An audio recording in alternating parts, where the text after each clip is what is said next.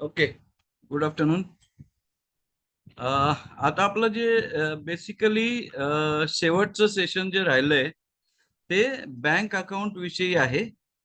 आणि ते आपण खरं तर बँक अकाउंटच्या डिटेल्स, कशा प्रकारचं बँक अकाउंट पाहिजे वगैरे हे आपण पूर्वी बघितलं होतं. तर तेच एकदा रिव्हिजन पण होईल आणि जे नवीन रूल आलेत 1 जुलै 2024 पासून, तर त्या रूलचा सुद्धा आपण बेसिकली आढावा घेऊया. स्क्रीन झाली ना शेअर सगळ्यांना? हो सर. ओके. तर आपण इनिशियली जे बघितलं होतं त्याप्रमाणे रेरा बँक अकाउंट हे वेगळं ओपन करणं प्रमोटरला कंपल्सरी आहे. तर त्याला आयदर रेरा बँक अकाउंट आपण म्हणतो किंवा रेरा एस्क्रो अकाउंट असं म्हणतो. तर हे separate bank account shall be maintained by promoter at a scheduled bank in local branch where project is being constructed. ज्या भागात हा प्रोजेक्ट होतोय त्या भागामध्ये किंवा त्या आजूबाजूच्या लोकल एरियामध्ये शेड्यूल्ड बँकेमध्ये हे रेरा एस्क्रो अकाउंट ओपन केलं पाहिजे प्रमोटरला. आणि ज्या अकाउंट मधून प्रोजेक्टची कन्स्ट्रक्शन कॉस्ट आणि लँड कॉस्ट हे मॅनेज होईल. तर प्रमोटर जेवढे अलॉटीकडनं पैसे कलेक्ट करणार आहे, समजा 100 रुपये कलेक्ट केलेत तर त्यातले 70% अमाऊंट हे रेरा बँक अकाउंट मध्ये डिपॉझिट करणं मॅन्डेटरी आहे. आणि या बँकेतनं जर काही विड्रॉल करायचं असेल तर ते इंजिनियर, आर्किटेक्ट आणि चार्टर्ड अकाउंटंटच्या सर्टिफिकेट नंतरच, आणि ही सर्टिफिकेट बँकेत सबमिट केल्यानंतरच यातनं अमाऊंट विड्रॉ होऊ शकते. या अकाउंटचं ऑडिट जे आहे ते प्रत्येक फायनान्शियल इयरला करणं मॅन्डेटरी आहे. म्हणजे 1 एप्रिल ते 31 मार्च, समजा आता आपण 24चं उदाहरण घेतलं तर 1 एप्रिल 23 ते 31 मार्च 24 या पिरियड मध्ये या बँकेत जी काही ट्रान्झॅक्शन झाली असतील त्याचं ऑडिट करून हा ऑडिट रिपोर्ट रेरा अथॉरिटीकडे सबमिट करायला लागतो. हे मॅन्डेटरी आहे. आणि पूर्वीच्या आपल्या एखाद्या सेशन मध्ये आपण हे बघितलं पण होतं. फक्त आता 1 जुलै 2024 पासून या बँक अकाउंट संबंधीचे रूल्स चेंज झालेत.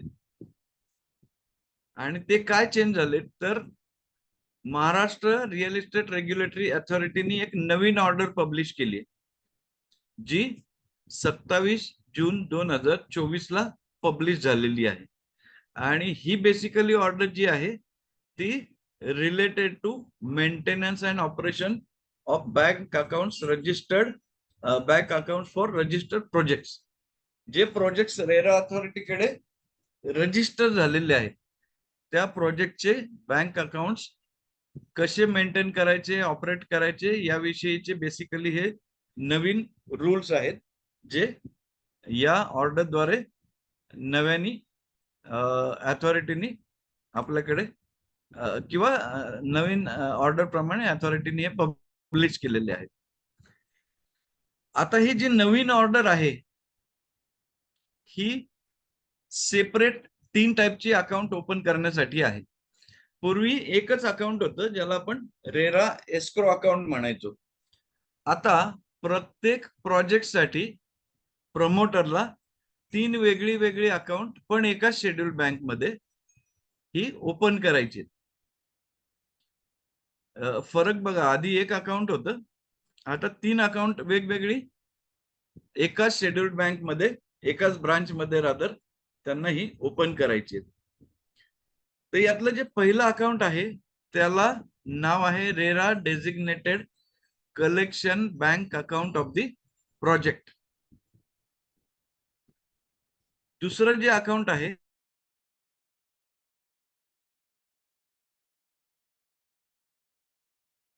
अकाउंट ऑफ द प्रोजेक्ट, आणि तिसरं जे आहे ते RERA designated transaction bank account of the project. अशी 3 वेगळी वेगळी अकाउंट आता प्रत्येक प्रमोटरला,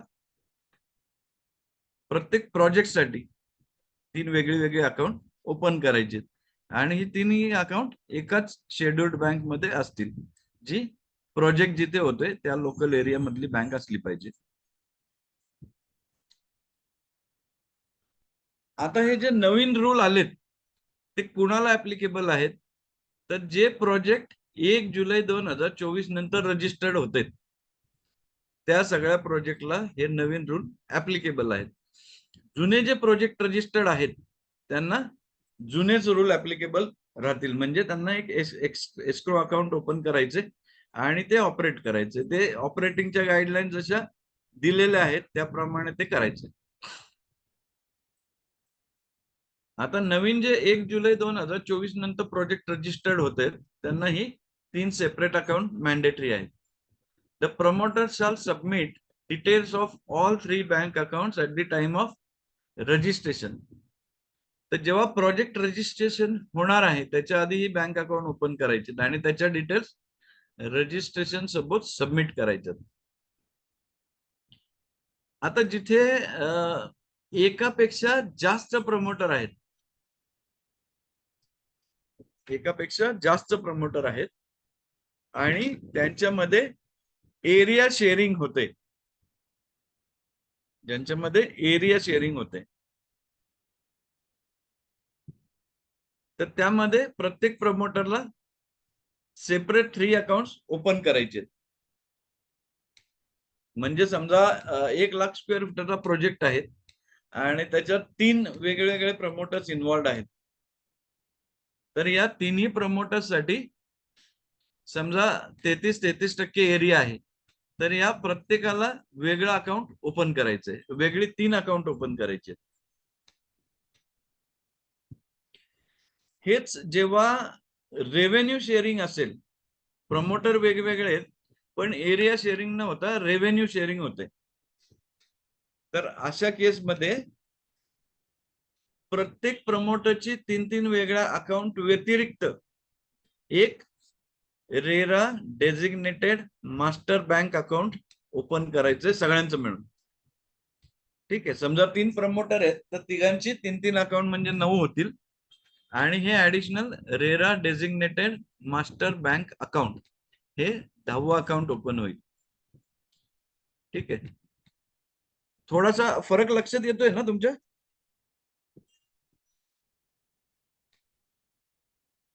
हॅलो. हो सर. हा. हो सर. हो सर. ओके, तर हे जे RERA designated master bank account आहे याच्यामध्ये अलॉटीज कडनं येणारे सगळेच्या सगळे पैसे 100% अमाऊंट या अकाउंट मध्येच जमा होईल, ज्याला आपण म्हणतोय RERA designated master bank account. जेव्हा एकापेक्षा जास्त प्रमोटर आहेत आणि रेव्हेन्यू शेअरिंग आहे त्या केसमध्ये हे मास्टर बँक अकाउंट मॅन्डेटरी आहे. याच्यामध्ये अलॉटीकडनं येणारे सगळेच्या सगळे पैसे या मास्टर अकाउंट मध्ये आधी डिपॉझिट होतील. त्यानंतर जे प्रत्येक प्रमोटरनी 3 अकाउंट ओपन केलेत त्यातलं जे RERA designated collection bank account आहे ज्याच्यामध्ये त्यांचा जो शेअर आहे तितके पैसे ऑटो स्विच किंवा ऑटो स्वीप फॅसिलिटीद्वारे ट्रान्सफर होतील. म्हणजे सगळेच्या सगळे 100 रुपये एका अकाउंट मध्ये आले, त्यानंतर 3 प्रमोटर आहेत तर त्यांचे 33.33% हे प्रत्येकाच्या वेगवेगळ्या RERA designated collection bank account मध्ये जाईल.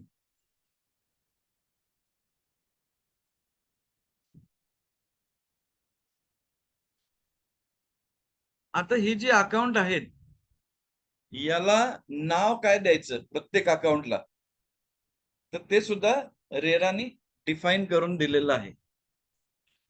वेगवेगळ्या अकाउंट्सला काय नाव द्यायचं, तर जेव्हा नंबर ऑफ प्रमोटर जास्त आहेत आणि जिथे रेव्हेन्यू शेअरिंग आहे तिथे मास्टर बँक अकाउंट ओपन होते, RERA designated master bank account.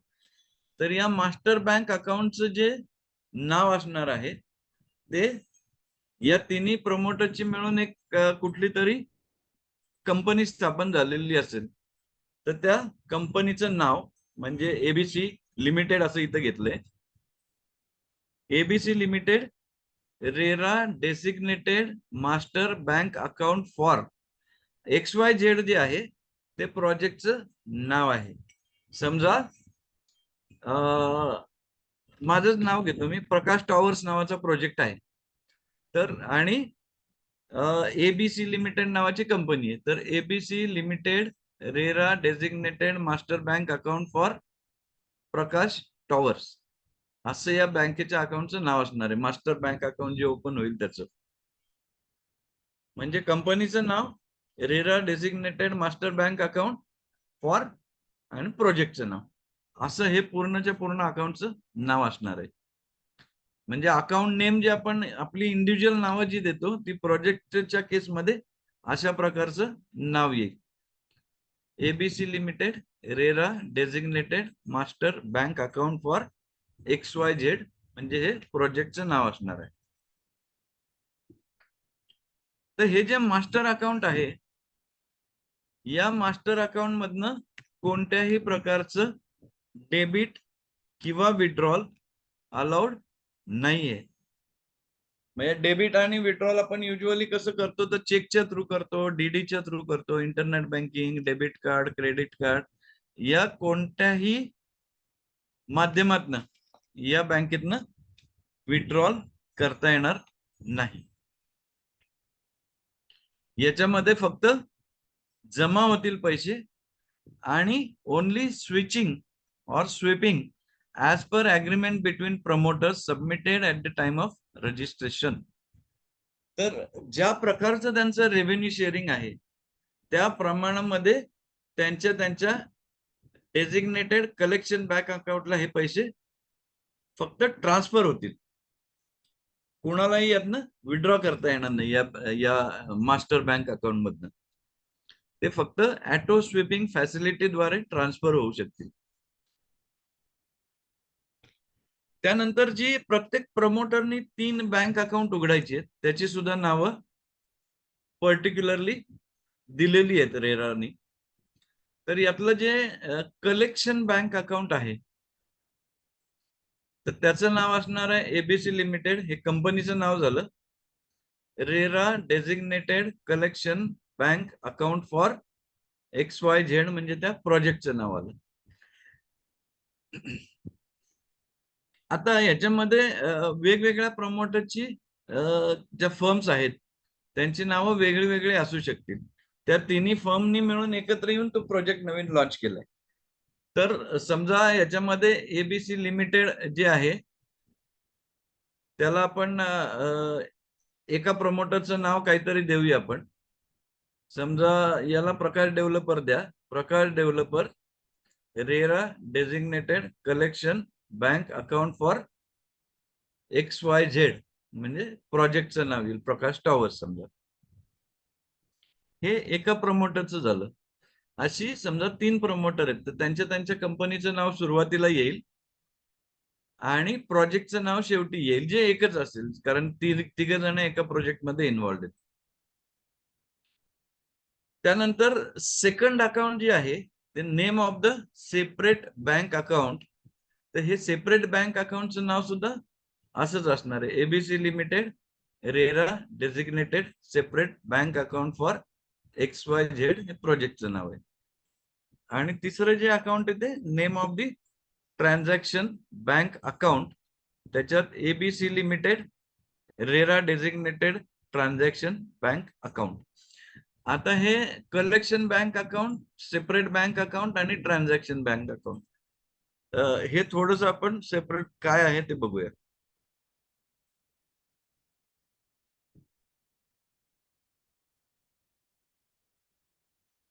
आता ह्याच्यात जी टोटल अमाऊंट कलेक्ट होतीये जर सिंगल प्रमोटर आहे असं धरा तर ती सगळीच्या सगळी अकाउंट मध्ये कुठलं जाणार आहे, तर RERA designated collection bank account of the project. जेव्हा मल्टिपल प्रमोटर असतील तेव्हा एक ऍडिशनल मास्टर अकाउंट होणार आहे. Otherwise total amount collected from allottees shall be deposited in RERA designated collection bank account of the project. त्यानंतर not less than 70% of the amounts collected shall be transferred through auto sweep facility to RERA designated separate bank account. म्हणजे हे 70% जे account आहे, या account मधनं प्रमोटरला construction cost आणि land cost हे खर्च मॅनेज करायचे. तर कलेक्शन एका अकाउंट मध्ये होईल, तिथनं 70% कमी नाही, म्हणजे 70% मिनिमम ही अमाऊंट या रेरा डेसिग्नेटेड सेपरेट बँक अकाउंटला जमा होईल. त्यानंतर नॉट मोर दॅन 30%, म्हणजे जास्तीत जास्त 30% अमाऊंट जी आहे shall be transferred through auto sweep facility to RERA designated transaction bank account. जसं आपण मागच्या काही सेशन्स मध्ये बघितलं होतं की एखाद्या प्रोजेक्टवर कलेक्ट झालेल्या अमाऊंट पैकी कमीत कमी 70% अमाऊंट ही त्या प्रोजेक्टवरच खर्च झाली पाहिजे, म्हणून ती एका सेपरेट अकाउंट मध्ये आता जमा करायची, ऑटोमॅटिकली ट्रान्सफर होईल बेसिकली.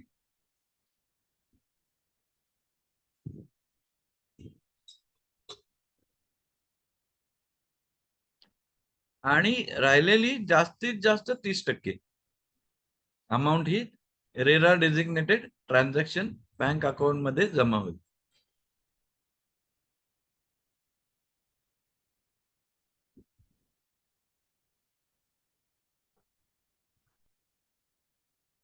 तर याच्यामध्ये promoter can withdraw any amount from RERA designated separate bank account. हे 70% ज्या अकाउंट मध्ये जमा होणार आहे ना, तर त्यामधनं promoter cannot withdraw any amount without submitting form 1 जे आर्किटेक्टचं सर्टिफिकेट आहे, फॉर्म 2 जे इंजिनियरचं सर्टिफिकेट आहे, आणि फॉर्म 3 जे चार्टर्ड अकाउंटंटचं सर्टिफिकेट आहे.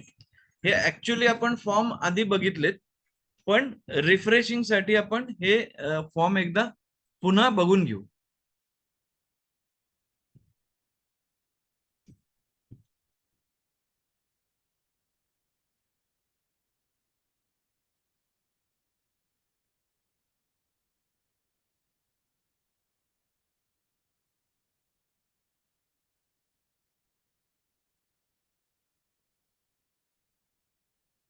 हा जो फॉर्म आहे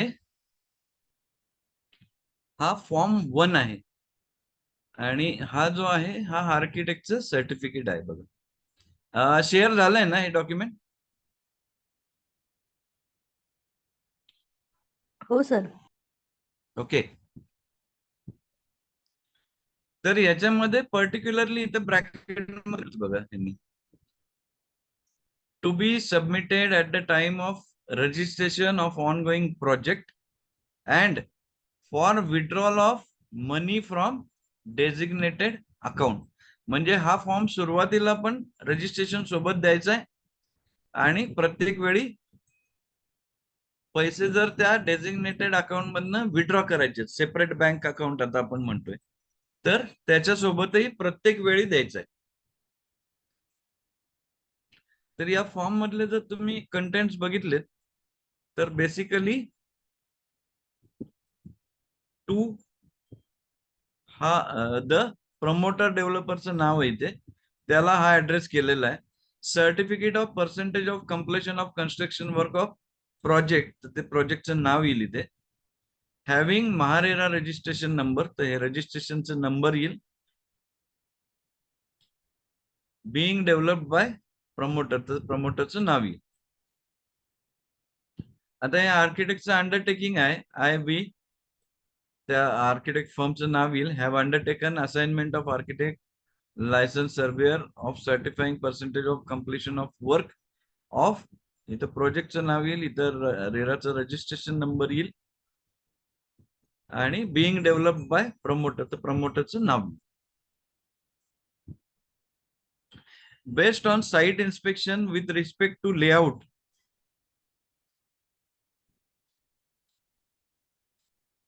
किंवा each of the building wing of the aforesaid real estate project, I certify that as on date of this certificate, म्हणजे ही इथं मेन्शन केलेली डेट असणार आहे, ही डेटच्या समोर जी मेन्शन केली ती डेट.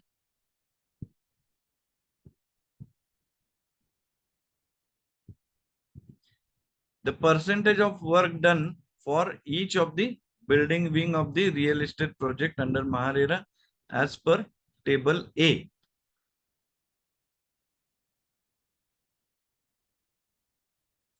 तर टेबल ए मध्ये तुमची लेआउट, बिल्डिंग किंवा विंग नंबर इथे येईल, जो काय असेल तो. समजा ए बिल्डिंगचं आपण बघतोय, तर इथं ए बिल्डिंग असं नाव येईल सेपरेट,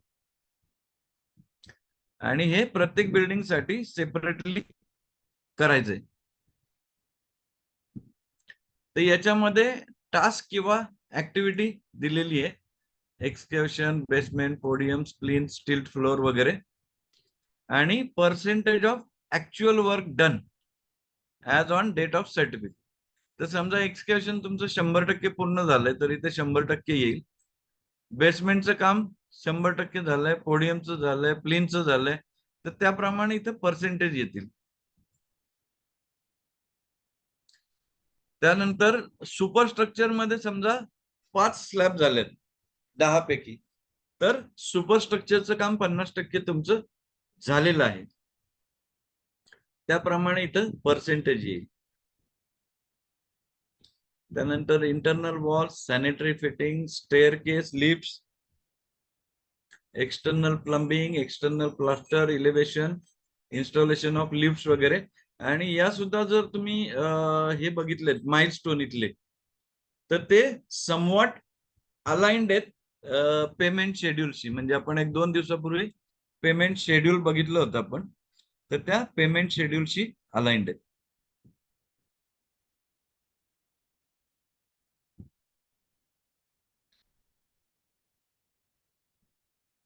त्यानंतर कॉमन एरिया मधलं वर्क, ज्याला आपण डेव्हलपमेंट म्हणतो जनरली, तर ते टेबल बी मध्ये त्यांनी दिलेलं आहे. Internal roads, water supply, sewage. आता याच्यातलं जे आपल्या प्रोजेक्ट मध्ये ऍप्लिकेबल आहे त्या सगळ्याला इथं यस म्हणायचं, म्हणजे आर्किटेक्ट यस म्हणतील. यातलं जर काही आपल्या प्रोजेक्टला ऍप्लिकेबल नसेल तर तिथं नो येईल फक्त. त्यानंतर पुढच्या कॉलम मध्ये ऍक्च्युअल पर्सेंटेज यातलं किती कंप्लीट झालंय. समजा हा 3 नंबरचा आयटम आहे, याच्यामध्ये एसटीपी हा आपल्या प्रोजेक्टला समजा ऍप्लिकेबल नाहीये, तर त्या ठिकाणी फक्त नो येईल. अदरवाईज जिथे जिथे यस आहे तिथं यस येत जाईल. आता याच्यामध्ये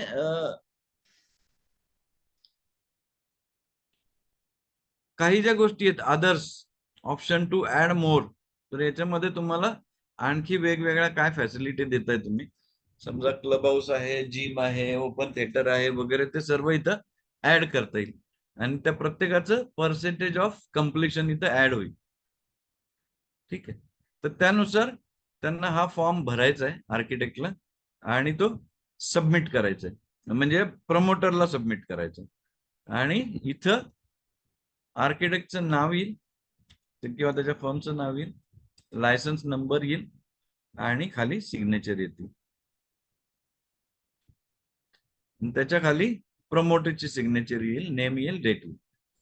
हे सगळं आर्किटेक्टच्या फॉर्मसाठी आहे.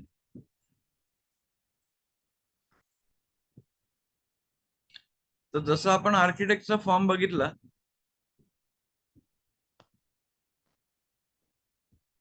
तसा हा इंजिनियरनी सुद्धा सबमिट करायचा आहे. तर तो प्रत्येक विड्रॉलच्या आधी हा फॉर्म सुद्धा प्रमोटरला सबमिट करायला लागतो.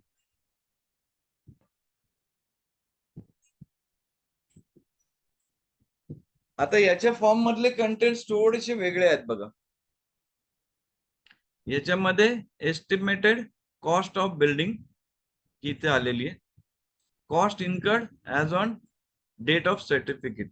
समजा 200 कोटीचा प्रोजेक्ट आहे, त्यातली 20 कोटी रुपये कॉस्ट खर्च झाली तर ती इथे येईल. वर्क डन पर्सेंटेज येईल, समजा 10% काम झालंय तर त्याप्रमाणे येईल. Balance cost to be incurred, estimate प्रमाणे 200 कोटी होते, त्यातले 20 कोटी खर्च झाले, म्हणजे 180 कोटी रुपये बॅलन्स दिसतात. जर काही एक्स्ट्रा कॉस्ट इन्कर्ड झाली, काहीतरी अमाऊंट वाढली आहे, तर ती इथे येईल. त्यानंतर डेव्हलपमेंटशी रिलेटेड जो कॉस्ट आहे ती इथे येईल. एस्टिमेटेड कॉस्ट किती होती, cost incurred as on date of certificate, किती खर्च झाला आतापर्यंत आणि किती पर्सेंटेज कामाचं कंप्लीट झालंय, आणि त्यातली बॅलन्स कॉस्ट काय आहे, आणि जर काय ऍडिशनल कॉस्ट झाली असेल खर्च तर ती इथे येईल. आता या ठिकाणी खाली जे म्हटलंय इंजिनियर, तर इंजिनियरला कुणाला म्हणायचं याचं त्यांनी इथं डेफिनेशन दिलेली आहे बघा. Not less than bachelors degree holder or equivalent as per section 2U of the act. तर त्या सेक्शन मध्ये यांनी इक्वलंट जेव्हा म्हणतात ना, तेव्हा इक्वलंटचा अर्थ हा वेगळ्या वेगळ्या केसेस प्रमाणे धरायला लागतो. आता जनरली बॅचलर्स डिग्री असावी अशी एक एक्सपेक्टेशन आहे, पण इक्वलंट जे आपण क्वालिफिकेशन म्हणतो ना, तर त्या ठिकाणी diploma holder with 3 years experience असं जरी असलं तरी त्याला इक्वलंट मानतात. किंवा काही AMI वगैरे आपण करतो, AMI पण इक्वलंट मानली जाते BE ला.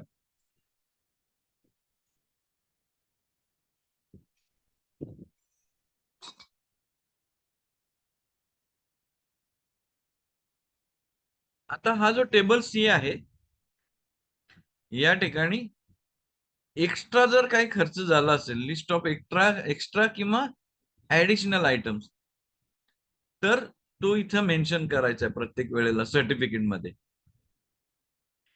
आणि तो वरच्या टेबल मध्ये इनकॉर्पोरेट होतोय. ठीक आहे. सो हे एक ऍडिशनल टेबल आहे ज्याच्यामध्ये इंजिनियरच्या सर्टिफिकेट मध्ये हे इनकॉर्पोरेट केलेलं आहे.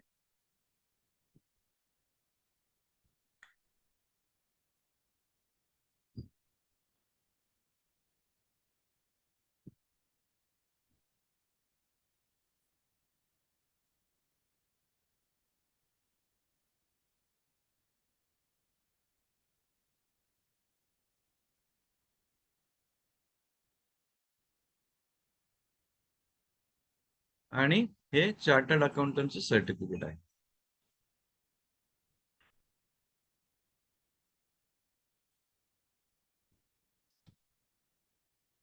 तर यामध्ये टेबल ए जे आहे,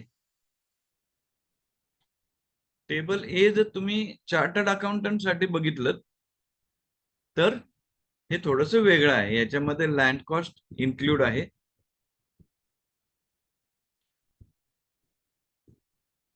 ज्याच्यामध्ये वेगवेगळे सबहेड आहेत. Value of land as ascertained from annual statement of rates, estimated amount of premium payable to obtain development rights, FSI, additional FSI, fungible FSI वगैरे, estimated acquisition cost of TDR. या cost usually आपल्याला directly known नसतात, त्या बऱ्याचदा CA आणि प्रमोटर्सला known असतात. Under rehabilitation scheme काय काय काय काय आहे कंटेंट्स, त्याप्रमाणे हे सगळे चार्टर्ड अकाउंटंटला भरून द्यायचे. याच्या व्यतिरिक्त डेव्हलपमेंट कॉस्ट आणि cost of construction of the building, हे सगळे कॉस्ट त्याच्यामध्ये इन्क्लूड होतात. आता हे जे वरचं टेबल आहे हे पूर्णपणे एस्टिमेशनचं आहे, एस्टिमेटेड कॉस्ट किती होती या सगळ्याची. आणि त्यानंतर खाली जे आहे टेबल बी, हे आहे ऍक्च्युअल इन्कर्ड कॉस्ट, म्हणजे ती व्हेरी असू शकते एस्टिमेटेड कॉस्ट पेक्षा. तर ती ऍक्च्युअल इन्कर्ड कॉस्ट किती आहे ती इथं मेन्शन करायची याला चार्टर्ड अकाउंटंटला.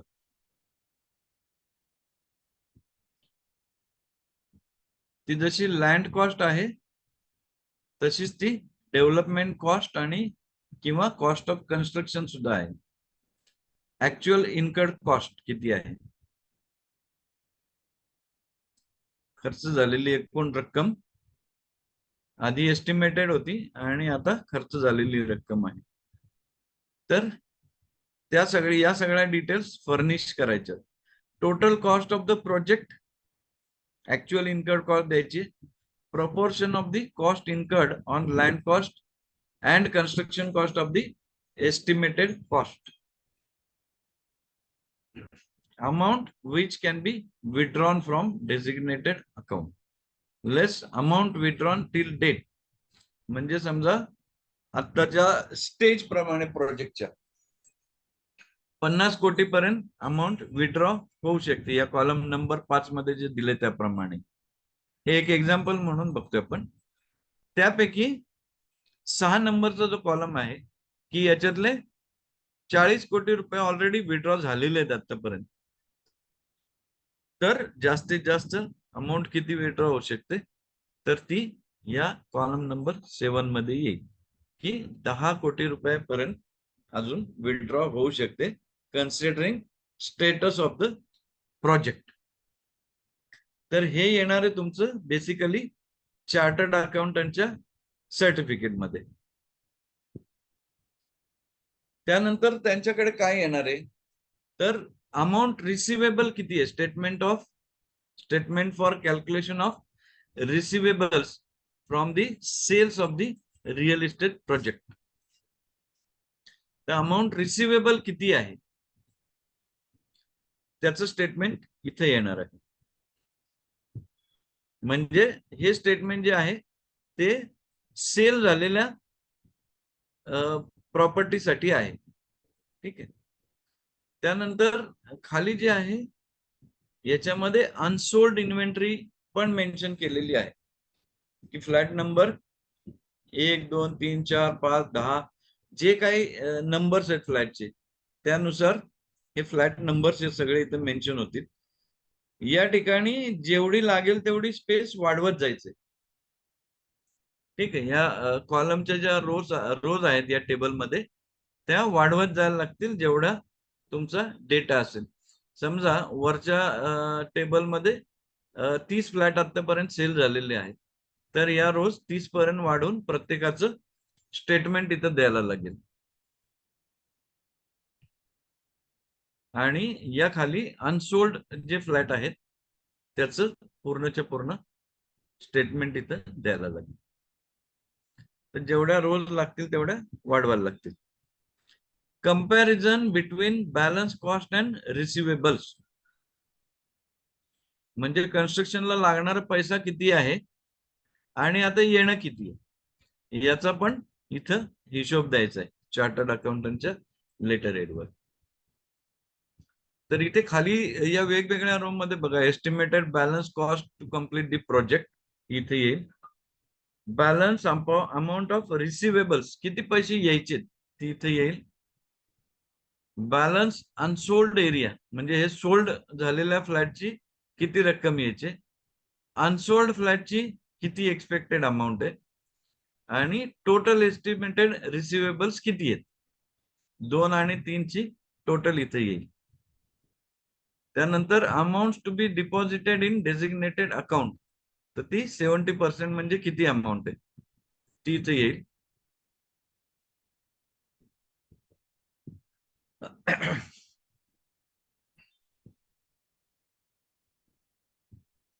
त्यानंतर खालचं जे टेबल ई आहे ते आहे डेझिग्नेटेड बँक अकाउंट डिटेल्स. तर हे अकाउंट जेव्हापासून चालू झालं तेव्हापासून आजपर्यंतचा हिशोब हा सगळा इथं द्यायचा आहे. ओपनिंग बॅलन्स किती होता, समजा 10,00,000 रुपये होता, त्याच्यामध्ये नवीन डिपॉझिट किती आली, समजा 50 कोटी आली, त्यातलं विड्रॉल किती झाले आणि क्लोजिंग बॅलन्स किती, या सगळ्या डिटेल्स इथे द्यायच्या.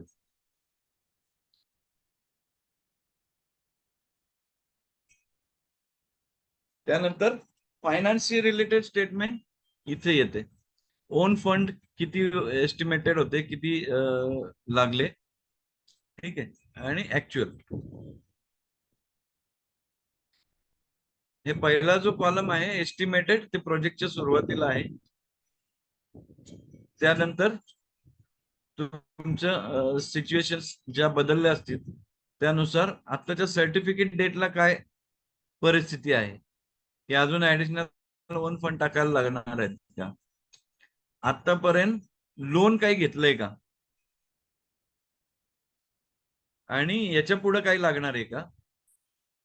तर या सगळ्या डिटेल्स भरून चार्टर्ड अकाउंटंटला हे सर्टिफिकेट प्रमोटरला द्यायचंय. एनी कॉमेंट्स, तर त्या हे टेबल जे आहे ते सीए च्या कॉमेंटसाठी आहे. त्याला एकंदर सगळा आढावा घेतल्यावर काही कॉमेंट्स करायचे वाटले तर ते करू शकतात. त्यानंतर इथं चार्टर्ड अकाउंटंटचा सही शिक्का येईल आणि हे ऍक्सेप्ट केलंय सगळं सर्टिफिकेट म्हणून इथं प्रमोटरची सिग्नेचर आणि नाव, डेट हे सगळं येईल. आता हे सगळं सबमिट केल्याशिवाय जे डेसिग्नेटेड सेपरेट बँक अकाउंट आहे त्या अकाउंट मधनं प्रमोटरला कोणतंही विड्रॉ करता येत नाही.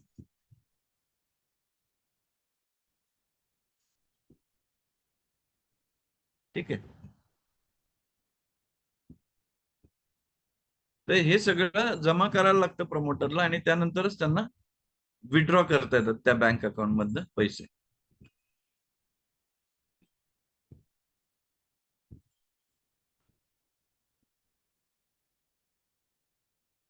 आता हे झालं तुमचं ही सगळी नवीन बँक अकाउंट्स आणि त्याच्यामधनं पैसे कसे विड्रॉ होतात वगैरे. आता ही जी काही ट्रान्झॅक्शन होतील याचे अपडेट्स प्रमोटरला प्रत्येक वेळी रेरावर अपलोड करायचे. तर हे रेरावर अपलोड करायचे जे डिटेल्स आहेत ते आपण मागच्या एका स्लाइड मध्ये थोडस पुन्हा बघूया.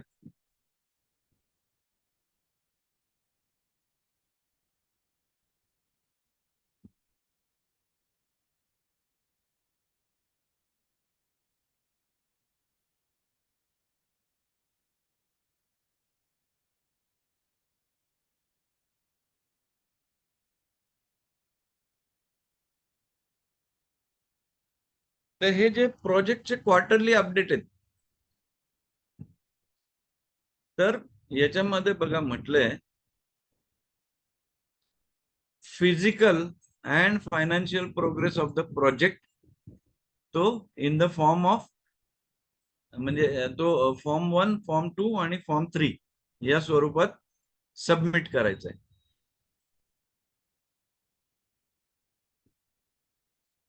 आणि त्याच्या व्यतिरिक्त त्यांना प्रत्येक वेळी क्वार्टरली जे अकाउंटची स्टेटमेंट्स आहेत ती सबमिट करायची. त्याचबरोबर अॅन्युअल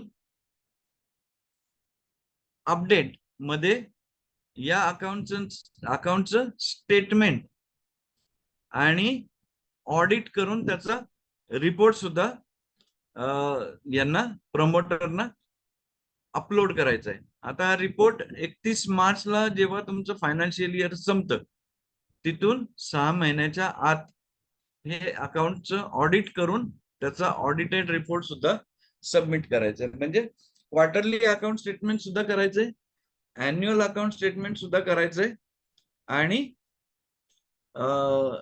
अॅन्युअल ऑडिट रिपोर्ट सुद्धा प्रमोटरला रेरावर अपलोड करायचा आहे. तर एवढे सगळे बेसिकली कंप्लायन्सेस प्रमोटरला करावे लागतात. आता हे जे अकाउंट्स आत्ताच आपण जे सेशन पाहिलं, ह्याच्यामध्ये तुम्हाला काही शंका असतील तर आता मला विचारा.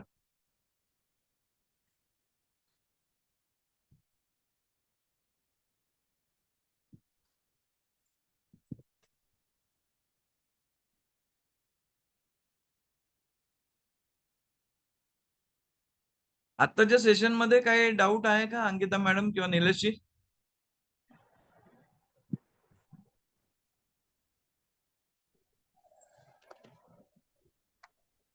हॅलो. Hello sir. हा, बोला बोला मॅडम. सर ते 3 अकाउंट काढण्याचं कंपल्सरी आहे का आता? हा, 1 जुलैपासून हा नवीन रूल आलाय मॅडम. 1 जुलै हो का? 2024 नंतर जे प्रोजेक्ट रजिस्टर होत आहेत हा सर. त्यांना हे नवीन आता 3 अकाउंट मॅन्डेटरी आहेत. Okay sir. म्हणजे ऍक्च्युली कसं आहे की पूर्वी आपण जो रिअल इस्टेट सेक्टर मध्ये सिनारिओ बघितला होता की फायनान्शियल इनडिसिप्लिन जास्त होता आणि एका हा सर. प्रोजेक्टचे पैसे दुसऱ्या प्रोजेक्टला लावले जायचे किंवा त्या प्रोजेक्ट मधल्या पैशांनी नवीन लँड परचेस करायचे प्रमोटर्स. आणि बरोबर. मग जर कॅल्क्युलेशन त्यांची फेल झाली तर हा जो ऑनगोईंग प्रोजेक्ट आहे त्याच्यावर त्याचा इम्पॅक्ट यायचा. बरोबर. आणि बऱ्याचदा हे प्रोजेक्ट खूप डिले व्हायचे किंवा अनेकदा कम्प्लिशन इम्पॉसिबल होऊन जायचं डेव्हलपरला, कारण हा फायनान्शियली डिसिप्लिन नव्हते सगळे.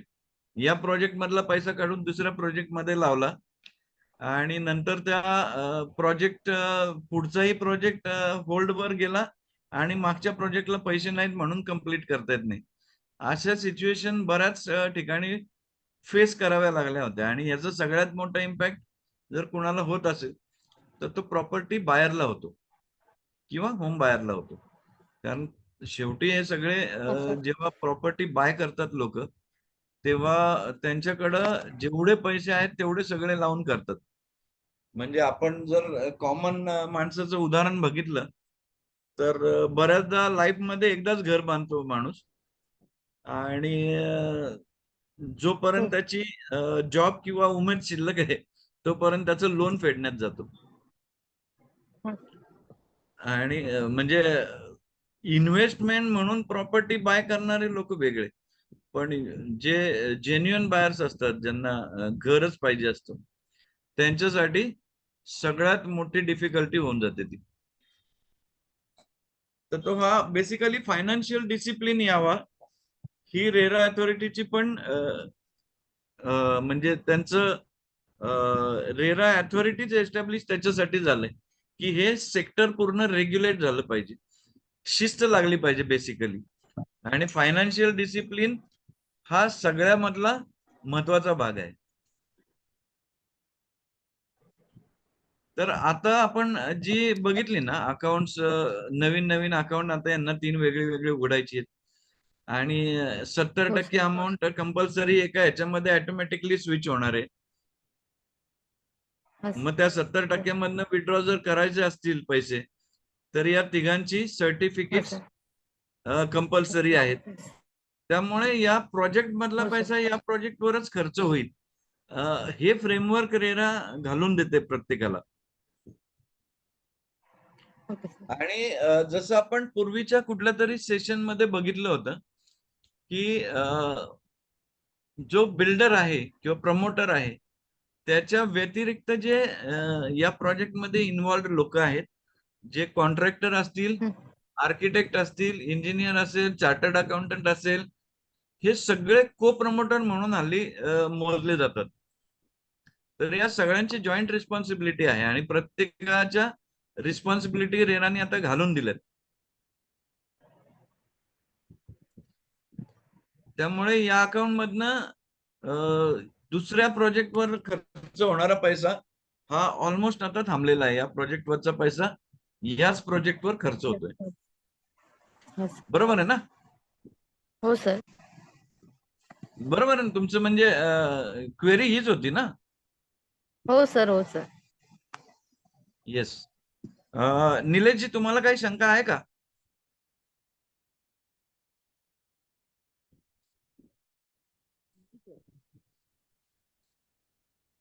निलेशजी आहेत का नाही? Hello sir. हा हा. नाही नाही शंका नाही. ओके, एकच मिनिट होल्ड करा. एकच मिनिट थांबा.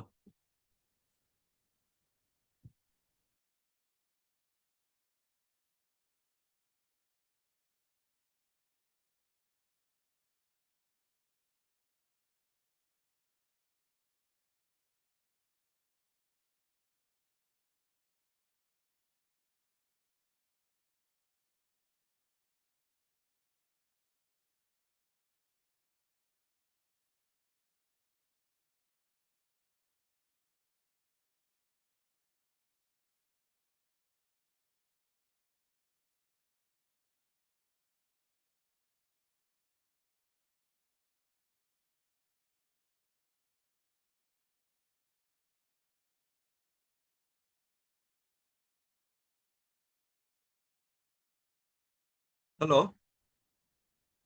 हा, तुम्हाला काही शेअर करायचंय का निलेशजी? नाही सर. हे अकाउंटचं लक्षात आलंय ना, थोडस आता कॉम्प्लिकेटेड दिसते ते, हो हो पण सर. विथ टाइम हे सगळं फॅसिलिटेट होईल. आणि आता नवीन प्रोजेक्टला म्हणजे आणखी शिस्त येईल. आता नवीन प्रोजेक्टची अकाउंट ओपन करताना यांनी स्पेसिफिक घालून दिलंय की एक कलेक्शन अकाउंट आहे ज्याच्यामध्ये सगळा पैसा जाणार आहे, ओके.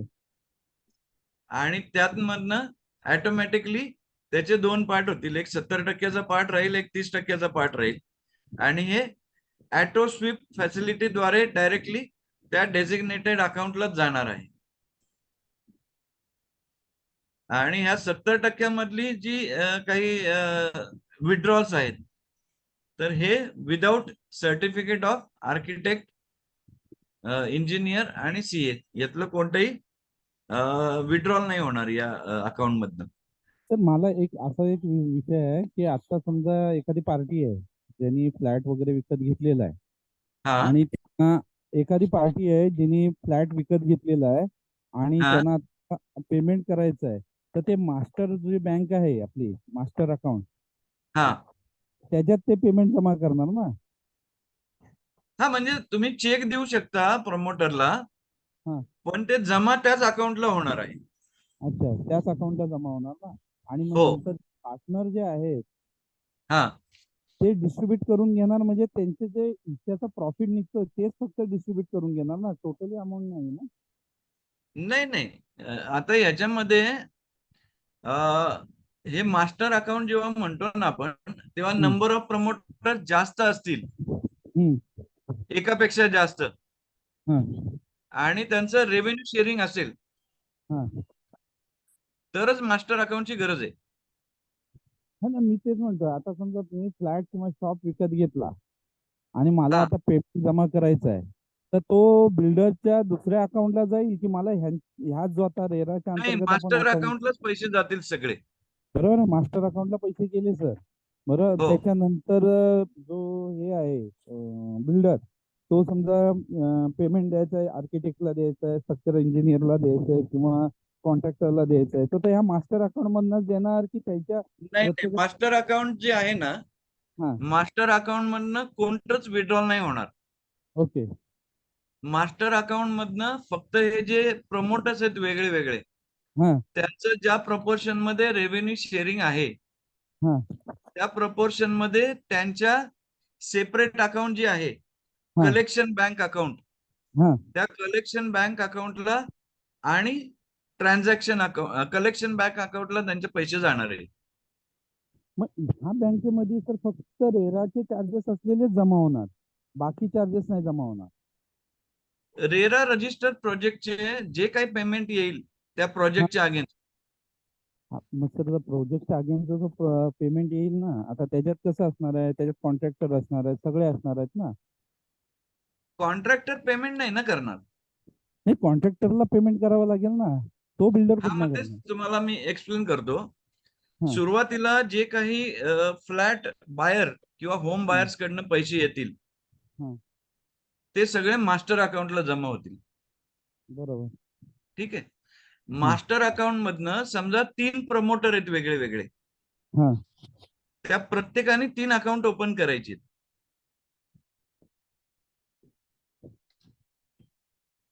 म्हणजे समजा 3 प्रमोटर आहेत, तिघांनी एकत्र येऊन एक प्रोजेक्ट लॉन्च केलाय. हं.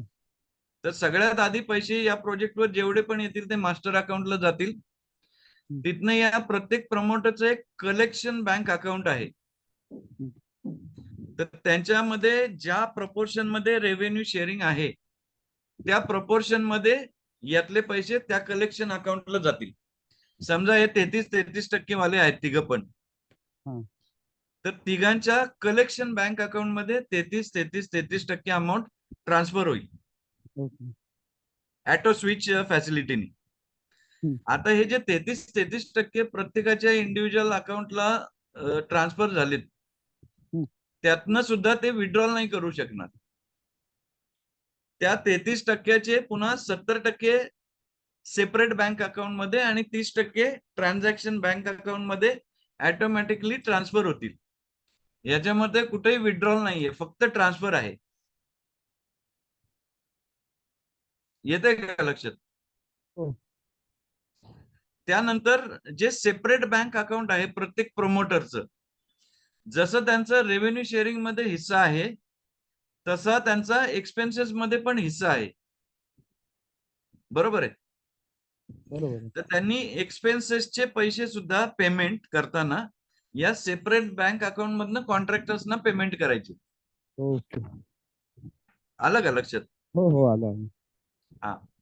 आणि हे ट्रान्झॅक्शन बँक अकाउंट जे आहे तिसरं अकाउंट, त्याच्यामध्ये जास्तीत जास्त 30% पर्यंत अमाऊंट शिफ्ट ट्रान्सफर होणार आहे.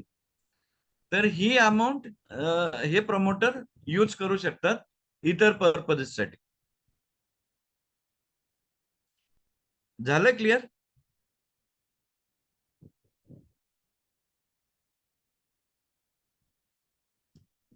निलेशजी क्लिअर झालंय का?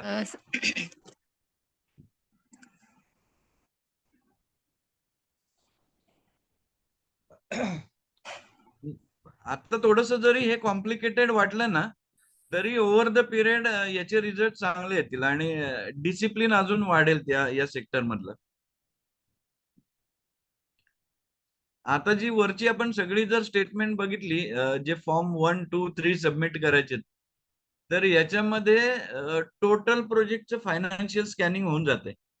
प्रत्येक प्रोजेक्ट मध्ये किती सेल झालाय, किती पैसे आलेत, किती सेल व्हायचंय, किती पैसे एक्सपेक्टेड आहेत, किती खर्च झालाय, काय पर्सेंटेज मध्ये झालाय, काही अनएक्सपेक्टेड एक्सपेन्सेस झालाय का, हे प्रत्येक विड्रॉलच्या आधी प्रमोटरला रेरा अथॉरिटीकडे सबमिट करायचे. तर त्यामुळे कुठेही लपवा छपवी याच्यात करता येत नाहीये. बरोबर आहे ना? हो सर. निलेशजी काय हे झालेत काय, लेफ्ट झालेत, किंवा मला वाटतं कनेक्शनचा वगैरे काही इश्यू असेल. तर आत्ताचा सेशन आपण थांबवूया काय ते? हो हो, चालेल. अर्चना मॅडम, हा सर, पण आता 15 मिनिटाचा ब्रेक असेल, परत मग एक 15 मिनिटांनी कंटिन्यू करू.